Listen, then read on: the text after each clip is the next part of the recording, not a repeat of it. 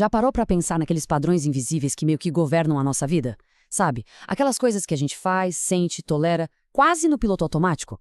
Bom, hoje a gente vai mergulhar fundo para aprender a enxergar exatamente esses padrões. Nas prisões que você acha que são normais. Essa frase, da autora Grace Campos, é o nosso ponto de partida. E a ideia por trás dela é muito poderosa. A de que muitas das nossas limitações não são impostas de fora, não, mas são aceitas por nós, como se fossem a única realidade possível. Então, o objetivo aqui não é sobre se consertar ou se arrumar. É sobre desenvolver uma habilidade muito, mas muito mais poderosa, a da autopercepção. É sobre finalmente conseguir enxergar aquilo que sempre esteve bem na nossa frente, mas que por algum motivo a gente nunca viu. E essa jornada de autopercepção, ela começa, claro, de dentro para fora. A primeira pergunta que a gente precisa se fazer é sobre aquilo que negamos internamente. Aqueles sentimentos que existem, que estão lá, mas que a gente se recusa a dar nome. A pergunta é essa, bem direta, e ela exige uma honestidade brutal. Pensa aí por um momento. Qual é aquele sentimento que, quando surge, a reação imediata é tentar afastar, ignorar ou até disfarçar?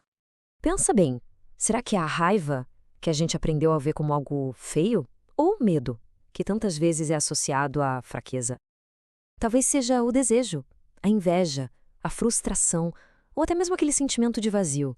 Identificar qual deles ressoa mais forte já é o primeiro grande passo. Ok, o sentimento foi reconhecido. Tá bom, e depois? O que a gente faz com ele? A questão aqui é sobre a nossa reação automática. Quando esse sentimento que a gente tanto nega aparece, como é que se age?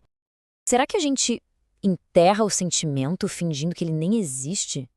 Isso acaba gerando uma pressão interna imensa, né? Ou quem sabe ele se transforma em reclamação constante para os outros, ou depois de tanto guardar, a gente simplesmente explode.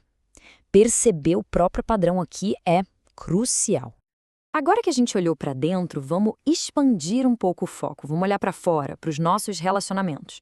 A segunda grande pergunta é sobre o que a gente tolera vindo dos outros, muitas vezes sem nem perceber. Essa pergunta é muito poderosa porque ela expõe um padrão duplo que a gente costuma ter. Frequentemente, existe um conjunto de regras para a gente e outro bem mais flexível para os outros. Em que parte da vida existe essa desconexão? Mas não basta só identificar o que se tolera. A pergunta de ouro, a pergunta crucial é por quê? Qual é a motivação real, lá no fundo, por trás dessa tolerância toda? As razões podem ser bem complexas. Pode ser o medo da solidão, um sentimento de culpa, ou até um senso de obrigação meio distorcido. Ou, quem sabe, lá no fundo, uma crença de que não somos merecedores de um tratamento melhor. O ponto central é conseguir identificar qual dessas razões está no comando. Agora, vamos dar um passo ainda maior, olhar o quadro geral. A terceira pergunta é sobre as prisões mentais que a gente aceita como se fossem fatos da vida, quando na verdade são só ideias que aprendemos a ver como normais. Pensa naquela área da sua vida onde parece que já se desistiu de esperar por qualquer mudança. Aquela situação que a gente descreve com um suspiro, sabe? Falando, mas é assim mesmo. Essa resignação é o grande sinal de uma prisão que foi normalizada.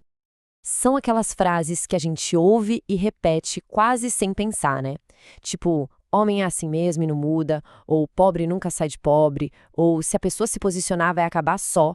Isso não são verdades absolutas, são sentenças que nos aprisionam. Qual será a sua? Então tá, depois de perceber o que a gente nega, o que a gente tolera e o que a gente normaliza, o que se faz com tudo isso? A pergunta final é sobre como transformar essa consciência toda em uma ação real, concreta. O processo é um caminho de 3 passos bem claros. Primeiro, sentir o que realmente se sente sem negação. Segundo, pensar sobre isso com clareza, sem arranjar desculpas. E terceiro, a partir daí, agir sem medo.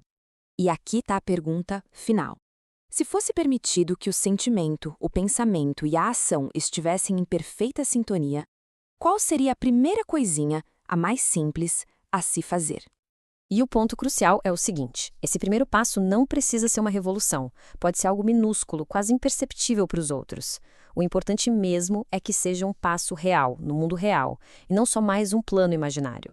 A própria autora, a Grace, compartilha a jornada dela, que é um exemplo muito poderoso de como esse processo funciona na prática. Ela passou de negar sentimentos, tolerar padrões e normalizar prisões para um estado de percepção. E foi essa percepção que a levou a ver que tinha uma escolha e, finalmente, a mudar. E essa citação, ela resume tudo de forma brilhante. A mudança não vem de tentar se consertar, mas do simples e ao mesmo tempo poderoso ato de se perceber. A consciência por si só já é o que transforma tudo. É uma ideia simples, né? Mas com um poder imenso. Quando a percepção muda, tudo muda junto. O jeito de ver o mundo, as pessoas ao redor e, o mais importante, a si mesmo. E é exatamente aí que novas escolhas se tornam possíveis. E a gente encerra com este pensamento final. Essa jornada para se perceber não é um exercício de autocrítica. Não, é um ato de resgatar a própria essência. É um convite para desvendar quem se é de verdade, por baixo de todas as camadas de negação, tolerância e normalização.